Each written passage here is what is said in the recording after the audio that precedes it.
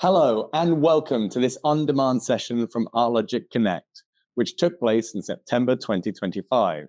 We're so glad you're here.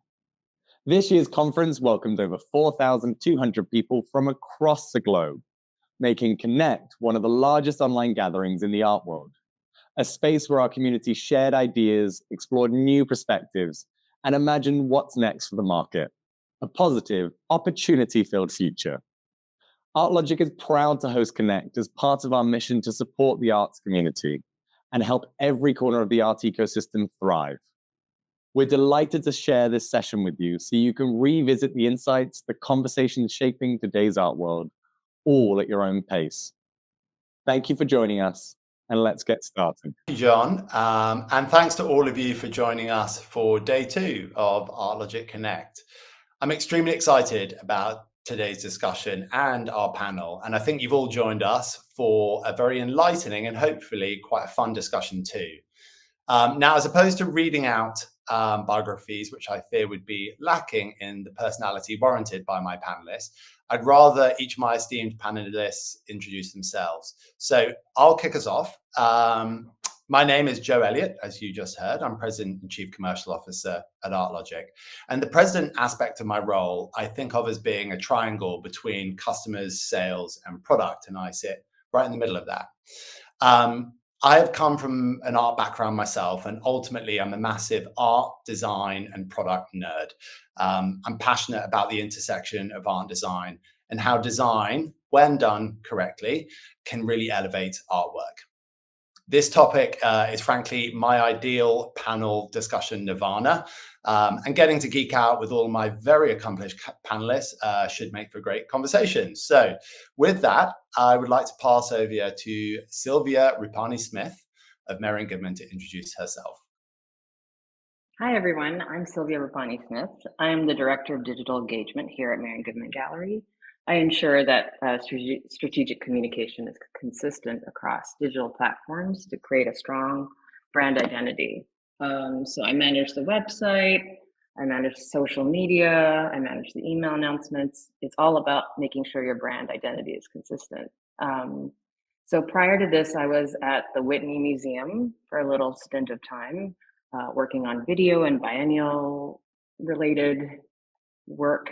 And prior to that, I was at the New York Times for about 16 odd years. So yes, I know a lot about multimedia storytelling, how websites are produced and managed and designed. We are going to get into a lot of storytelling today, I can assure you of that. Thanks so much, Sylvia. Next, I'm going to pass over to Soraya Villa. Soraya, take it away. Thank you, Joe. I'm Soraya Villa. I've led digital transformation for renowned institutions all over the world, including White Cube Gallery in London. And I guess you could say, since Joe, you had your triangle, I work at the intersection of art, culture, and digital innovation.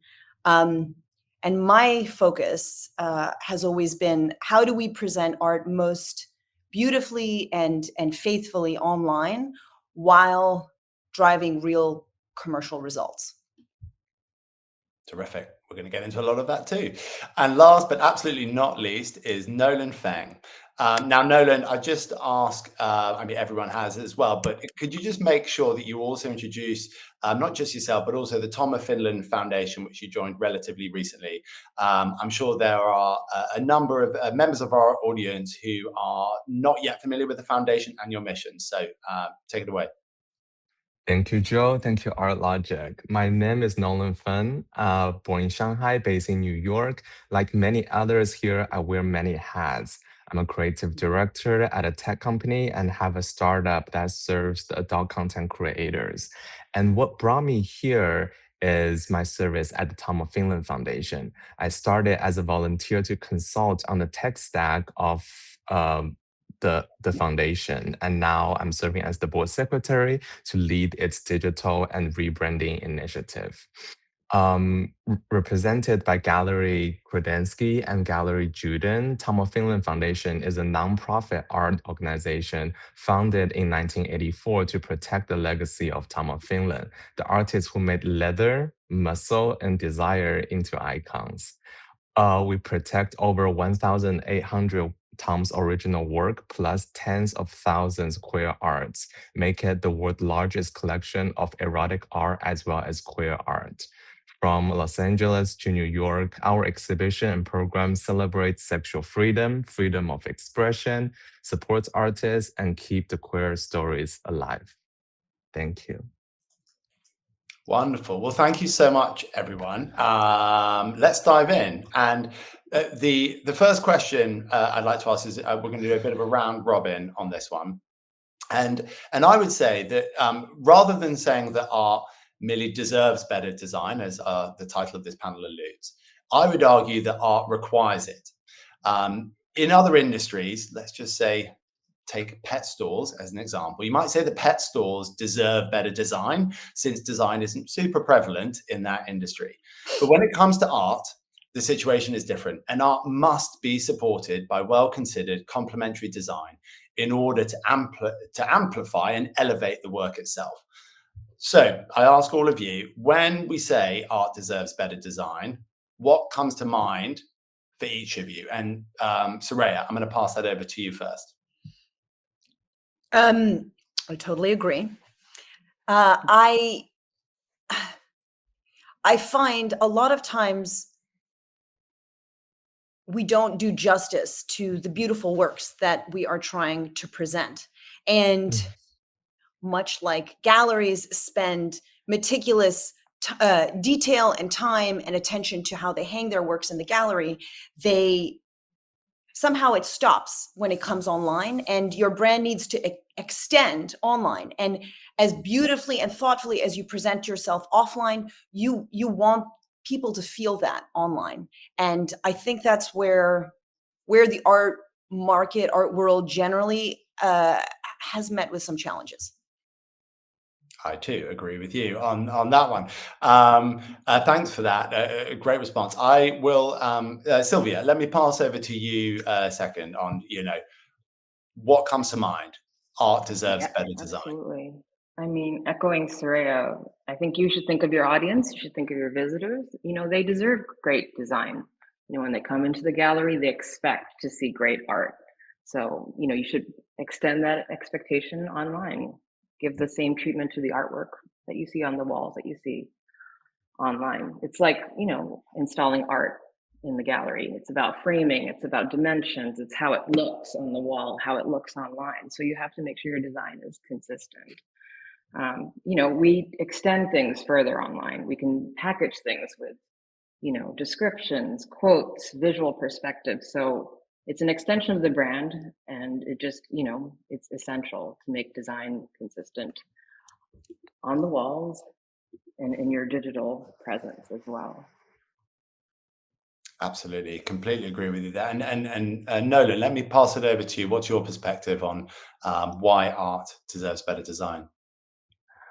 I think art definitely deserves better design, but even more, I would say art demands it. It's a responsibility.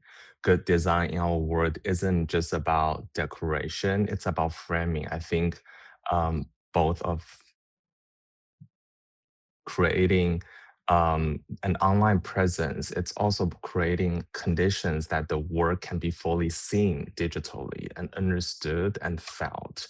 So without that, the art kind of risks being diminished or sometimes even misunderstood. So I think it demands better design. And the other part was, I think the world looks up to the art institutions for inspiration. So I think the responsibility is twofold.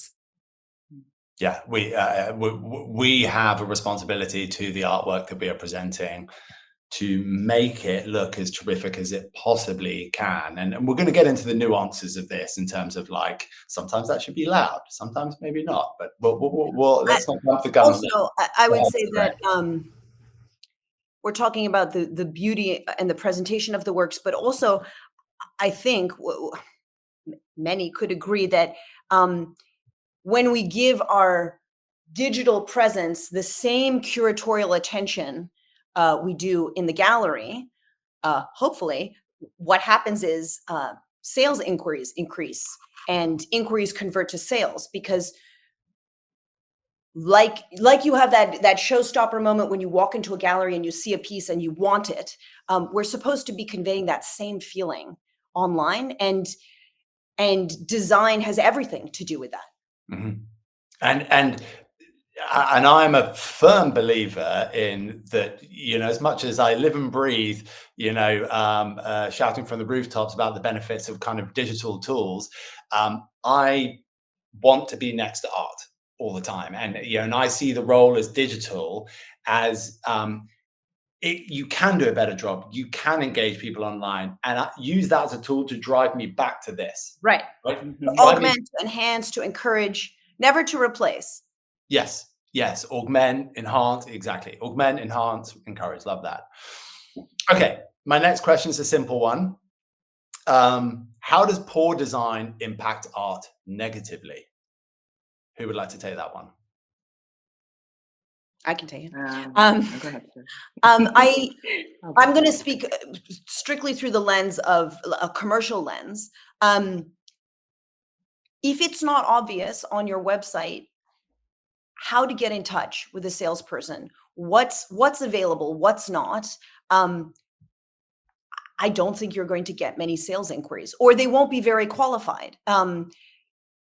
Our websites are at the end of the day, it's another gallery. It's your storefront. It's your online marketplace. And we have to make it easier if we want to sell art or meet new people, get qualified leads. We have to make it easier for people to get in touch. And I find a lot of times with poor design that is really one of the main issues, is you're not converting leads because it's very hard to create an inquiry. Yes. Completely agree with you there. Nolan, let me ask the same question to you. How does poor design impact art negatively? Yeah, we are not a gallery, but as a foundation and a museum, we are the examples of a bad design as of now. Well, we are well into the transformation, leading with a director at Apple and then also a huge graphic design firm in New York, both queer-led, both pro bono. They're helping us to transform. And that kind of tells you how much the gays care about design. Right. So soon our digital presence will look very different, but for now they are bad. There's no accessibility research, there is no information hierarchy, there is overwhelming amount of information all over your face. Type in tomoffinland.org, you will see this site. It belongs to the 2000, and even small things, the margins, the typefaces, everything that we care about in our art is not reflected on our site, and it misrepresents the value that we stand for, and it absolutely also have no mobile responsiveness as well. But Nolan, that's why you're there, right? You're there to help make this happen. Yeah. That's great. Yeah. Hey, perhaps one of my colleagues could help that, but I'd encourage, we're going to bring up a bunch of examples as we go through today's panel. And there is nothing better than just going and looking at it. So if people could pop in links, Tom of Finland Foundation, let's pop in all three organizations, Tom of Finland Foundation, White Cube, and Marian Goodman. Let's get all of those up. And there'll be other examples as we go. Nolan, just to dig in a little bit further to that, talk me through, as an example, what do you mean by there isn't good information hierarchy? Could you just kind of double click on that for me? The example I would use will be our navigation. Our navigation has way too many tabs. It sends user to the wrong direction. In the past, we've also invented our own terminology. These terminology are not industry standard. It made sense. It's quirky to us and our founders, but it does not, like, if someone coming fresh, they will be confused. So instead of helping people discover us, the navigation becomes a barrier and overwhelms them. Right. Thank you. That's very helpful to know. And I think something we're going to touch on a little bit later, hopefully, if we have time, we're going to get into some of the nerdy aspects of kind of like user interface design versus user experience design, which is a nuance that I think is like really valuable and very worthwhile that we talk through. So we'll aim to get to that later. Okay. My next question, when I think about truly great design in the art world, both online and offline, I immediately think about really terrifically executed brands, right? Whether you're stepping in, I think, Soraya, you mentioned this earlier, whether you're stepping into a gallery, browsing an art fair booth, visiting a website, there just absolutely has to be a seamless experience between all of those. It has to be completely holistic. A couple of good examples. Philip Mold is a great example. When you walk into that gallery, they're showing old masterworks. There's bold colors and backgrounds. There's ornate wooden furniture. And when you go into the art fair booth, the experience is very similar. And when you go onto the website, this experience is similar too. There are those bold colors. And even, I would add, which I loved, was that Philip had a whippet. I'm not sure if he still does, but he had a whippet, and that whippet was featured on the website. And again, when you walked into the gallery, there was the whippet alongside Philip. There's a great example. Thomas Schultz's website is another great example. The incredibly distinctive archways at the front and the facade of that gallery, just so distinctive. And that's run into the design on the website. Okay, so my question is this.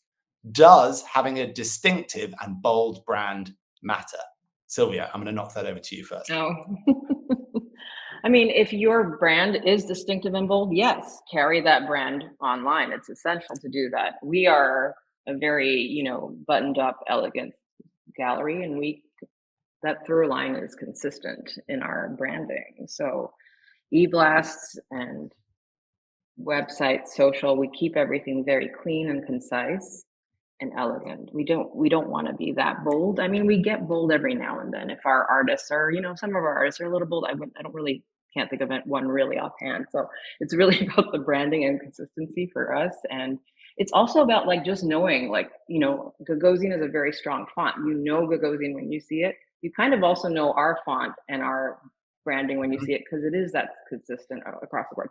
If you're going to go crazy and change things, I mean, then you have to alert your audience, but it's very good to keep things consistent. Otherwise, you confuse the viewer, you confuse the audience. So consistency rather than very, very key. And font, and I think color going palette, through that layout, all of it. exercise I think the exercise, it can sound tedious, but going through what are our guidelines as a brand? What do we do and what don't we do? And also particular to each channel, because if it works in your printed catalog, it doesn't mean that works on Instagram. It's a very different vehicle to convey your brand. And so, and I think galleries are much better about that now, but coming online and working in many different channels, it's been, I think, difficult for galleries to realize one size doesn't fit all, and you have to tweak, and you have to start with a strong brand, and then you have to see what works best. I don't know, on in video, in Vimeo. Like, how does White Cube? How do you know it's a White Cube video? It turns out you do. But we went through that exercise of what is the look and feel of White Cube video and audio versus website and Instagram. Yeah, if I may add, I think this repetition is also very important. Enough White Cube video is out there so people know, wow, this is White Cube without saying it's White Right. Cube. And I think this thing, we don't be bold for the sake of bold. For example, for the major galleries, a lot of them are very elegant, right? But we also have some upcoming ones deep down in Bushwick, they're very bold. So they carry that boldness outward onto the digital world. Like us, we have very distinct brand. That's very bold. Tom himself was the boldest voice in 1970s and 80s, pushing the erotic boundaries, right? And so our job then is to make sure who we are staying consistent with that message so that it conveys to attract the right people, partners, and donors. Like they know who we are. So yeah, to us, it matters. I'm very excited to see what you do with that brand, Nolan. We will all be watching with bated breath. Give me 6 months. How long? 6 months? 6 months. Wow. Okay, We'll not that check we'll it hold you to it. But I think also that if you're a gallery that has published a good deal, so Y Cube again, I'm thinking of, they're a 30-year-old gallery, and they have an entire publication department. And so they've already done that exercise for print. And so the jump to digital then is a little easier because they've kind of, they understand what they're supposed to do and not do. It's hard because you're trapped in this one form or format, but it does mean you've thought through presentation on paper versus in the gallery. And so I think if you're a gallery that publishes quite a bit, you're halfway there. You just need to now translate that to online. easier said than done, I would argue. Easier said than done. Soraya, sorry, I was gonna come your direction to kind of talk about a little bit more about the Y Cube rebrand. I'm gonna geek out hard on that in a second, so I'm gonna hold myself for right now. But before I do geek out on it, can you just? I think you guys yourself and Y Cube have done a terrific job with that. And when visiting the website, there's one thing that immediately jumped out to me, and that was the collect section. And I love when I see something that I don't expect, and I was like, that is new. I have not seen that before. And immediately the synapses were firing, and I was like, I would love to have been in those conversations to see how that went as the branding firm or whoever it was, maybe it was you, pitched that idea. Because that's quite a departure from anything I've seen. How did that go? Can you talk us through? Very much so. Well, I think that I actually don't know how many versions of the website there have been, at least 3. And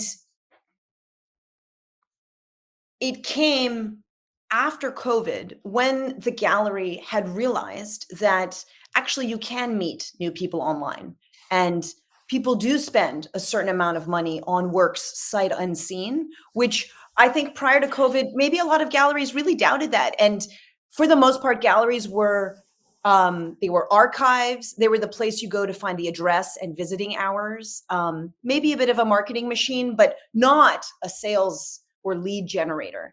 And I think COVID really accelerated a lot of necessary changes for technology in the arts. I remember, Joe, you and I in the trenches back in COVID. Yeah, that was fun. Building that online viewing room, along with every other gallery in London. So a silver lining to COVID was that it was actually less of an argument. Like when we discussed, let's redesign the website, it was the commercial side of the gallery that said, we need to make it more obvious that we're not a museum and we're a gallery and you can buy art. And the previous website was just as I described before. You couldn't get in touch. You didn't know what was available, what was not. And so collect, hopefully it's obvious, that's supposed to be the commercial side of the business. And so there's a curatorial side, and which are the artist pages and the exhibitions. And then collect is supposed to be, this is the place of commerce. And these are our commercial activities, which, I mean, these are commercial art galleries. So everything's for sale technically, but there is a very strong curatorial side to the gallery, as there should be. It's a primary market gallery. It's artist led. So that's, the artists come first always, but there's also things for sale. And so we're trying to draw that out by creating this section that if you're a collector, hopefully it makes you think I should click on collect. And then you can see that there's a whole bunch of things you could spend your money on. So speaking of, and now humor me here for a second because I'm going to geek out for a minute. So I was browsing around, and a good friend of mine who I actually went to RISD with, we graduated the same year, Ilana Sabdi, who just had an incredible solo exhibition. I was like so excited to watch her sort of her career blossoming in the past few years. And so I was browsing around the collect page. I signed up, and I went to the print section. And I want to talk about so she has a print on there, and it's a red and white sort of I think it's a monoprint. Yeah. And anyway, and I clicked in. Now, multiple things are just bang on point about how you've approached this. First of all, when you land at the print page, before you even click on anyone else, there's a video playing at the top, and it's like, I'm engaged. And then I went down to Ilana's work because I know Ilana, so I clicked on it. Now, on the surface of it, that work is, because it's monochromatic, it was hard to sort of get into the details of it. Now, when I clicked inside, there were 5 additional images, and all those images did a multitude of things. One showed context. It showed someone standing next to the work for scale, and another showed a close-up, and so on and so forth. But even better, as I scrolled down, there was a video, and that video showed the monoprint being made and Ilana signing the monoprint. And at the bottom of the page, there's a great bird's eye shot of Ilana like signing the corner. And what's cool about that shot is I can also tell that that print is a slightly different color. It's warmer than the print on the first page. And I'm like, there's so many things going on in my head. I'm like, immediately, I'm like 300% more engaged. Are you going to buy it? And yeah, I probably will. Yeah. And speaking of buying it, this is where we get into user experience. So not only was the content and the storytelling absolutely on point, but as you scroll down the page, permanently at the top of the page, there's a header that's always stuck there, which has the thumbnail of the artwork, the title, the price, and a button. It's a new edition, by the way. Yeah, well, that's sticky now. That was, I mean, hats off to you guys, honestly, like terrific. So if someone can pop the link to that in the chat. I just did. Yeah. Oh, there you go. Thank you. Thank you. So the prints and multiples part of the website is much more e-commerce. It's for maybe a more price sensitive collector. You can add it to a cart, which, you're not going to put like a Julie Meritou in a cart. So this is really like I would call it a sandbox for the gallery to experiment with the comfort level of collectors to buy art sight unseen online. And I don't know if we're going to get into you had an AML talk already, but as we all know, you can also buy only up to a certain price point, right. Without doing your due diligence. And so prints and multiples are perfect for this kind of experiment on the website. And so far it's done really, really well. The print arm of YCube has always existed, and they work with 60 plus artists. So these come about quite frequently. But building a section dedicated to prints and multiples was a way to highlight this marketplace functionality that the website actually has. That a lot of galleries obviously don't do, and it's inquiry only. And for available artworks, it's still inquiry only because you have to vet your collectors and there might be a wait list. But I'm glad you like the print experience because we worked a lot on it. We'll come back to this again, but it's like, because I also right at the end saw the difference in the 2 prints, immediately I'm like, I want to go see this, right? It totally changed my perception of it. Anyway, actually, the color correction, that's hard online, especially with JPEGs. And so that was actually something that that Clara, the head of digital at the gallery, really, really labored over with the photography department, because you could see the print in person and it was not the same tone. I would also argue that even though with a video you kind of have the same challenge, that but in a video you kind of get the real life context of it, which is helpful. Anyway, we could talk about this all day. Let's keep it moving as much as I would love to. So Sylvia, I'm going to come your direction. The last time we spoke on this subject was we talked, Soraya, you just touched on it before. We all worked on online viewing rooms together during that time. And we had a webinar similar to this, all about online viewing rooms. And I think we can all agree the art world has accelerated its thinking dramatically and in very positive ways, thanks to and as a result of that, and digital design and online storytelling has dramatically improved. But from your perspective and your role at Marian Goodman, what's changed since the pandemic? How have things evolved, if at all? Saraya touched on this already, but it allowed, the gallery to be more open to possibility because our audience is now at home and you have to bring the gallery to them more than ever. So we enhanced everything triple fold. Our storytelling increased. We allowed a lot more calls to action, whatever way we could make the viewer feel like they were in the gallery. Videos, OVRs, you name it, we had it all. So currently, obviously, we've changed our thinking to mobile first because everyone's back in the office. And being mobile first is kind of the key to success at this point. Everyone's on their phones. You have to think sort of vertically. I would argue that if you have a social media background, as I do, you can kind of already sort of correlate that thinking to some degree. But yeah, it's about, when we put a lot online for people to see while they were at home and now they can come in and see it as well. Now we have to think about the compact screen and how fast we can give the information to them. Yeah, it's the way that you consume on. I think during the pandemic we sat on these screens and we were kind of more on rectangular screens, right? I mean, we were on both, but I think now that has changed and we're scrolling a lot more, and that does really change the perception. Nolan, let me come your direction. You relatively recently joined the Tom of Finland Foundation. You've talked about kind of working on its brand, and we're looking out for the rebrand in 6 months' time. But can you tell us, like, exactly kind of what you're working on, and I think more to the point, like, how you're thinking you can improve the organization's impact through design and brand? When I started, like many other foundations that I know, as I joined the Aspen Institute for a class, many of our cohorts don't know any of the off-the-shelf solution, even to build the simplest website, how to set it up. There is a huge gap in education around design and technology in the industry of art. That's what I discovered as an outsider. I see galleries and foundations as stewards of art history, but they also fundamentally operates like a business. And in 2025, a modern business to me runs on layers after layers of interconnected technology.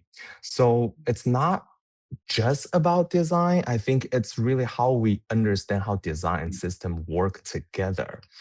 And with the right design, with the right tools, we're not only presenting art beautifully and meaningfully, we are also communicating who we are, what we stand for, how we do what we do. And this creates real connection to our community. For the foundation, expands outreach to broader audience and ultimately open doors for us to more partnership, lead generation, stronger impression. I know I'm using all the tech lingos. And finally more grants and more donation, and to sell more merchants as well. So yeah. So I would we touched on UI and UX. Let's kind of just dive into that a little bit more and just make sure I'm being like clear here. I want to look at exploring the intersection of beautiful digital design, which I would refer to as like UI or user interface design, and great user experience design, which I would refer to as, like, you might hear abbreviated to UX. Right now, UX, I would say, is driven by the goal of achieving a practical or commercial outcome, such as guiding someone towards purchasing a work online, downloading a report, or coming to visit an exhibition, right? Versus UI, which is all about, like, that's about feeling and emotion and engagement and kind of like elevating the work. That's how I sort of describe the two. Now, these two are often in tension with one another. And usually you'll have two key stakeholders, one sitting kind of more on the design side and another sitting more on the commercial or on the sales side. I'd love to know from you, like, how have you had to navigate these tensions? And Sylvia, let me maybe come to you first. Obviously this is the most challenging thing inside a gallery when you're on one side of the fence or the other, right? If you're on the storytelling side and you're not thinking as much honestly about sales as you should, and then you have your sales people holding you and holding you to that responsibility, it's hard to handshake between the two, but I mean, it can be done. During the OVR sort of pandemic time, we had pockets of content that correlated directly to each artwork, which was beautiful, and I really loved that as well. But we have to also answer the needs of the gallery. So we do make things a little more compact now to have the press release sort of pocketed in certain panels of content. But again, we have the opportunity here to extend the brand through email announcements and social. And to Soraya's point earlier too, there is a voice change and audience sort of, you're thinking about who you're talking to and how the message is being conveyed, and obviously how the art is being displayed. So we're very cognizant of how, if there is a triangle analogy, those three things sort of talk to each other, and that we're answering the needs of every department, including your own or everyone else's that matters, obviously. Mhm. So yeah, it's a bit of a dance, but Yeah. we all learn how to dance it. I would say that the tug and the pull is between curatorial and sales. Mhm. And if I could take YCube as another example, the artist page is a perfect example of the tension between the two departments, because though they're all working for the same gallery, they have slightly different goals. And so the happy sort of medium that was met was that we need to have available artworks because we do want to sell, but we don't want to plaster buttons and prices everywhere, because this is the artist page and this is about the artist and their practice. And hence the collect section is really sales team, you do your thing. And so there's a little bit of a division, but on the artist pages, you can see we're trying to do a little bit of both, which as a commercial art gallery, one should. But I will say that people have really come around. Curatorial team as well. And, at the end of the day, artists also want to make sales. And I think sometimes galleries can be a little precious about the artists, but actually they too are working with the gallery to make sales. And so I don't think they're always as sensitive as we think they'd be. And if you look at consumer behavior in other industries, I think consumers expect it and are quite comfortable at quite a high price point buying online. They would like to see more information upfront, more transparency, and businesses who embrace that, I think they really do see the results. I totally agree with you. When we were chatting earlier, last week, we touched on the fashion industry as a great example. Right. An industry that I think is a step ahead and one that we should be looking towards a little bit to say, hey, actually, they've proven the incredibly high value and even at times unique items can be sold successfully. And the sales strategies too, the sort of, and I know like some businesses in the art world do this, but that idea of like the drop, which like is a little cringe because it makes me think of NFTs, but when it's, I don't know, a limited edition handbag or sneaker, like the way they release that and sell out, I mean, that's kind of what every gallery wants too. They just, they can't say that. Publicly. We've done that occasionally ourselves with, as it does work really, right? It does work. Supply and demand scarcity and urgency works. Online especially, people have FOMO. The social proof, oh my gosh. And it works. So YCube has done that with print editions, for example, and they do sell out. It does work. Nolan, how about yourself? You've come from a tech background. What's your perspective on this? In tech, it's called balancing stakeholders. And I think that is, so a lot of, it's about design, but I think all of us here can understand that this is also a job of a moderator too. And I think the fundamental part is to help the organization realize what is your goal, to help them understand that. Because when they say, we want to rebuild a website, what is your goal? Oh my God, 3 pages of goals. That can be done. It has to be simple. So help them figure out what they really want is the most important part of the job, I think. And that really comes down to education. And when it comes to the fashion part, like when we look at luxury brands, Louis Vuitton, Chanel, I think it was 7 years ago. They were still like, no, we're not doing that. It can be done, and we are a luxury brand. Customer have to come to the store, experience all these things so that they will pay $8,000 for a bag. But guess what? They have quadrupled their stock price ever since they adapted to the digital world and being innovative too.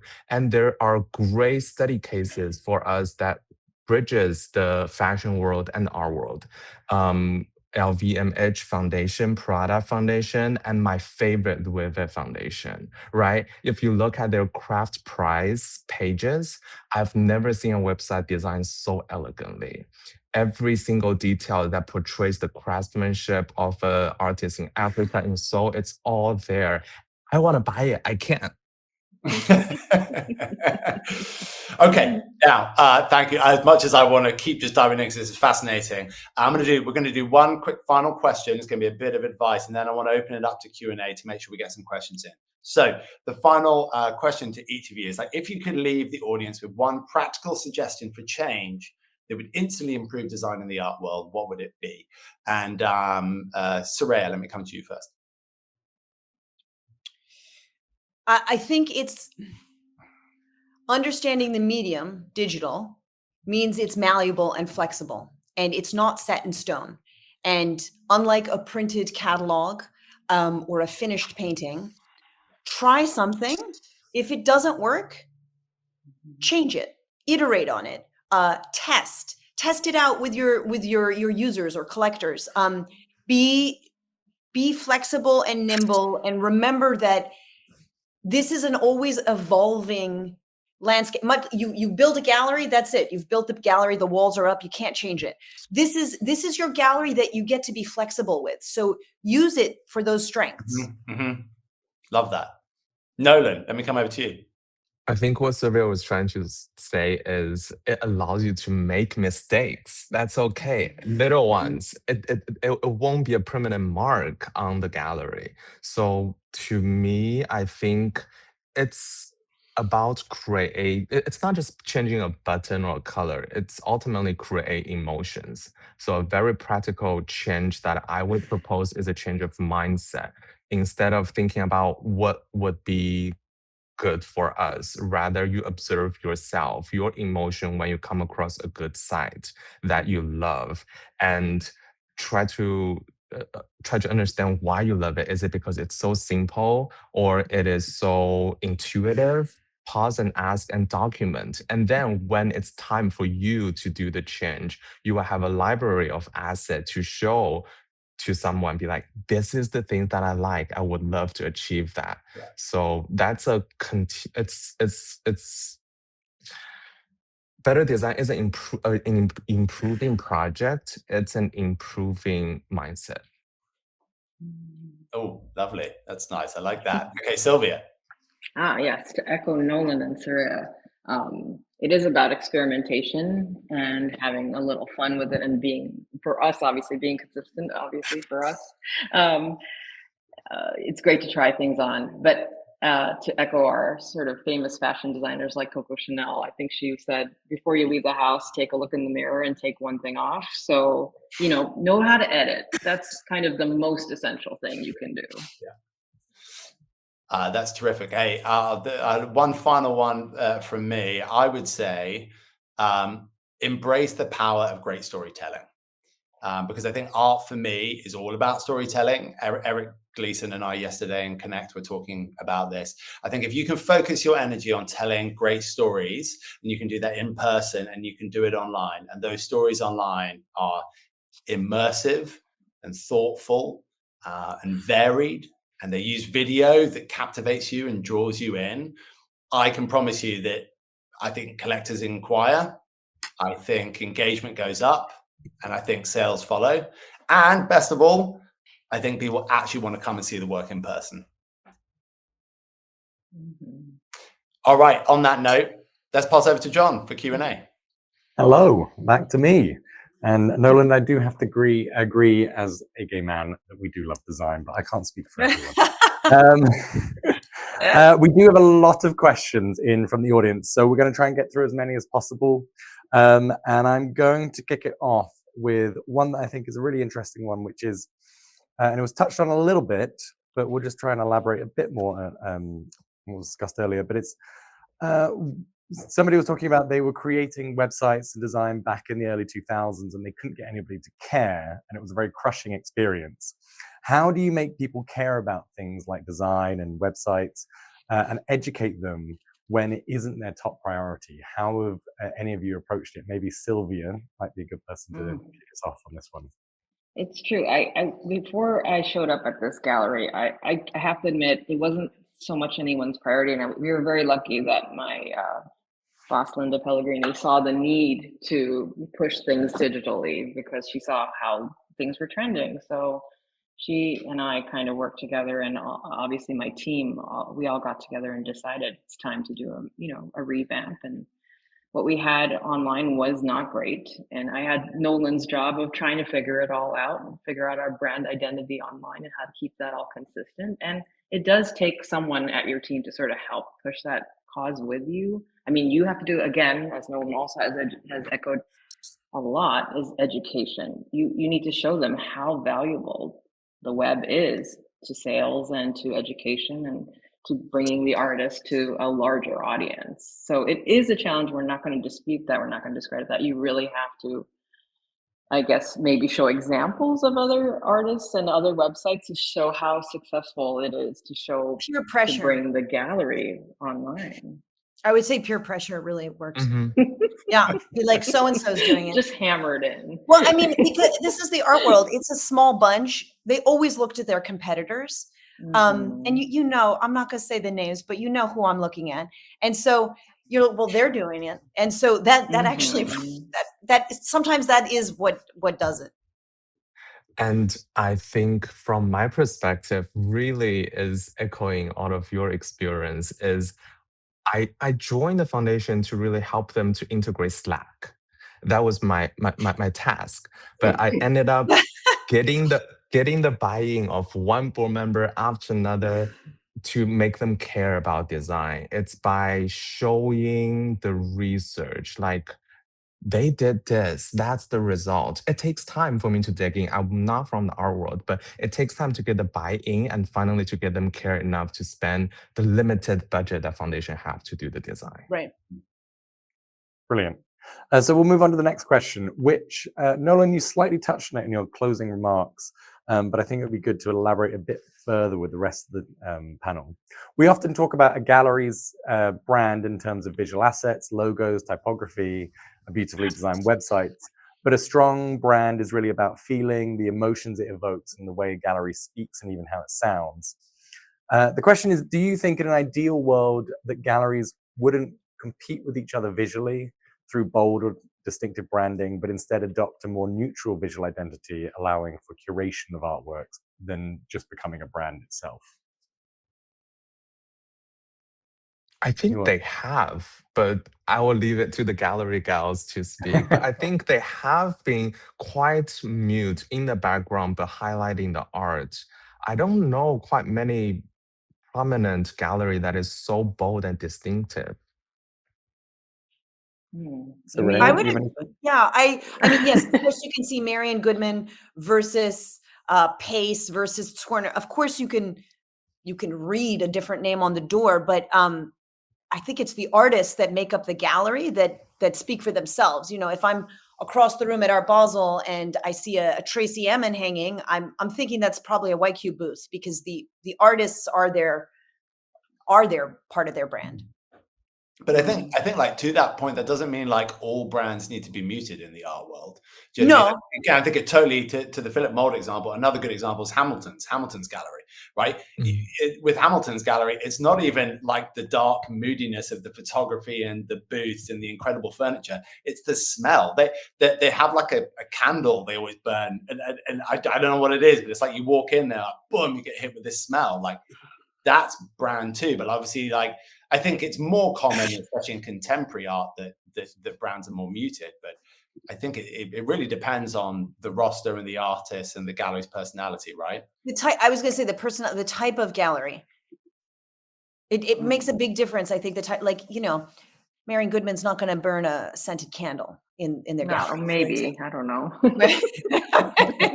Like it has We to would, though. feel Maybe we organic. It has would. to work and not be forced. Yeah. I guess to elaborate on that, part of this question, which is a lot of the galleries focus on the visual identity. Do they have the wider brand identity? In your experience of galleries, really spent time understanding tone of voice, where everything of the brand itself sits? Does it need a candle? Does it not need a candle? Do you think that's well documented in the art world and people know how to take that forward into galleries?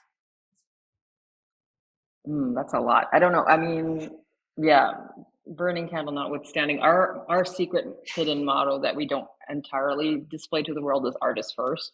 So it is hard to erase that sort of, separation of the brand versus the artist, because we are the artists. We've been here 40 years. We've brought a lot of famous people to the fore. We've made artists super famous from, just being here and putting them first. And so, yeah, it's kind of hard to delineate between the two, because we secretly always put our artists first, and that's, I think, mostly the point for us, and maybe it should be the point for everyone. And where we can do that online is we put full bleed images. We create a lot of detail. We push artists sort of their visual identity really above and beyond, because that's just our motto. So it's part of I don't know how you erase. I mean, you can obviously, like, Soraya said too, you know that Tracy Emin belongs here and we belong there and all that. But I think it's also, I don't know. That's a tough one. I don't see why we need to separate it so much. I mean, obviously there's fonts and stuff and ways to brand yourself as such. But it's a little tough because we are artists first. It's kind of what we do. So we stay consistent with that. Great. So we'll move on to the next question, which is, does the team think there is a place for features like virtual reality or product 360s on product pages of art, kind of e-commerce pages or across websites? What's everybody's feeling on virtual reality? Yes. Great. I'm not on the VR train. I'm on the AR train. I don't think we're yet at the world where everybody's buying expensive headsets. But I would say, we all have one of these, and the new iPhones allow you to do augmented reality. And the amount of time spent photoshopping paintings on top of collectors' couches, there are ways to send a link to a collector and say, hey, why don't you try hanging this in your bedroom or your living room or your dining room? You tell me what works for you. Take a screenshot, share it with your spouse. Looking to other industries, you can do this at IKEA. You can see what a couch looks like in your home. And I think helping collectors visualize what a work could look like in their home, that really resonates. That probably gets you closer to clicking purchase. And I think the technology has gotten much better than it was. It was a little janky and expensive or clunky.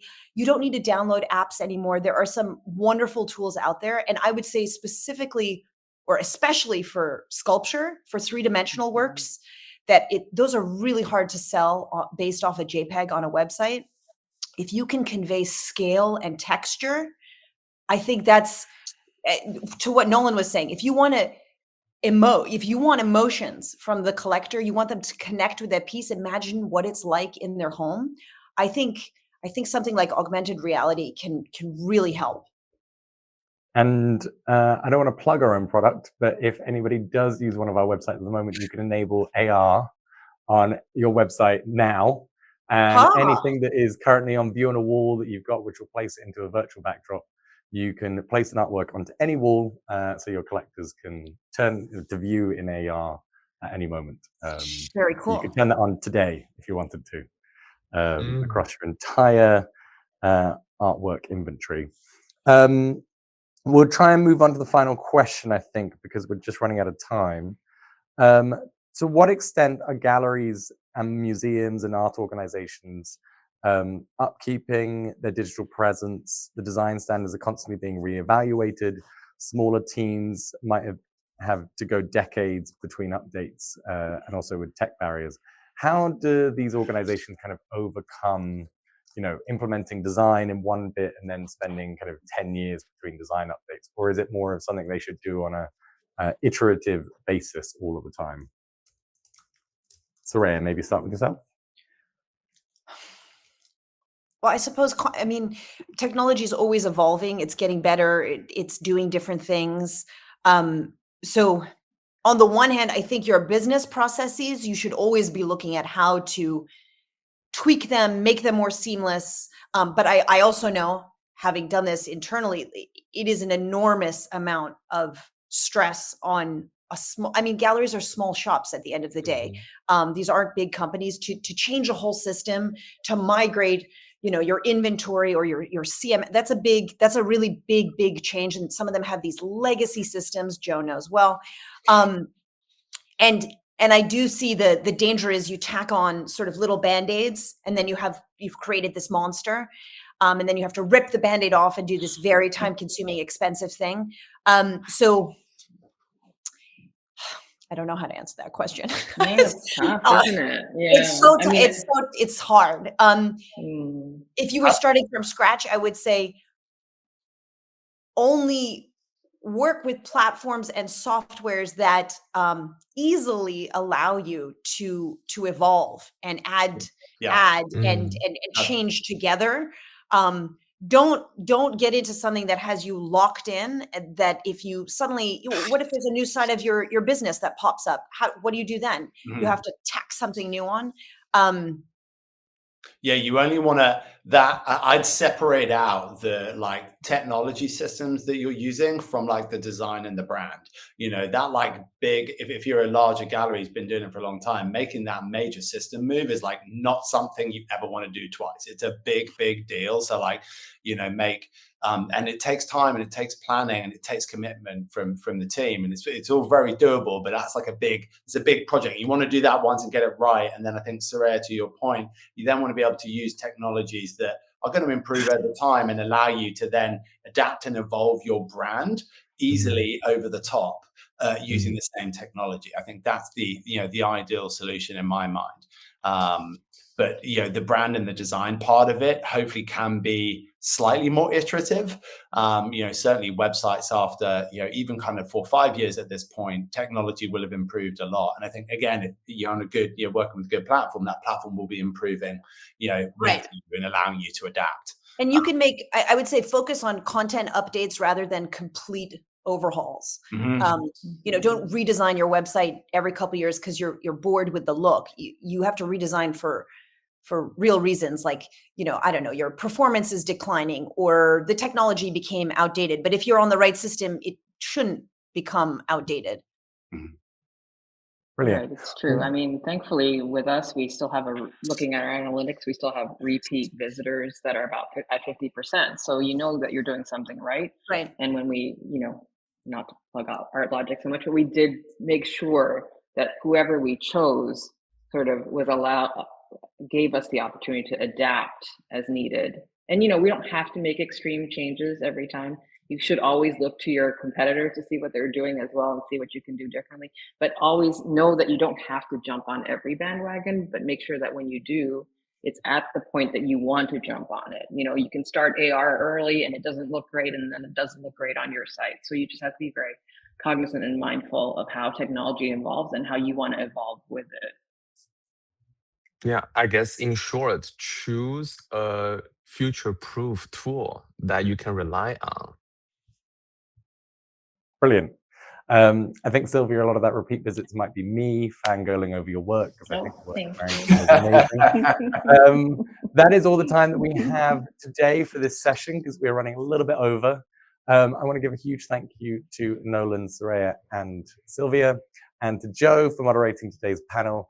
If you do have any questions about websites or website design and you'd like some advice, please do reach out to our team. They'll be more than happy to help. And if you do want to turn on AR, please go into your settings, or you can visit our help website on how to do that on your websites, and your collectors can start placing artworks into their spaces now. Thank you all for joining. And if you do have time, please come to our next session in an hour. And if you're watching on demand, click on the next one. Thank you all very much. Thanks, everyone. Take care. Thank you. Bye.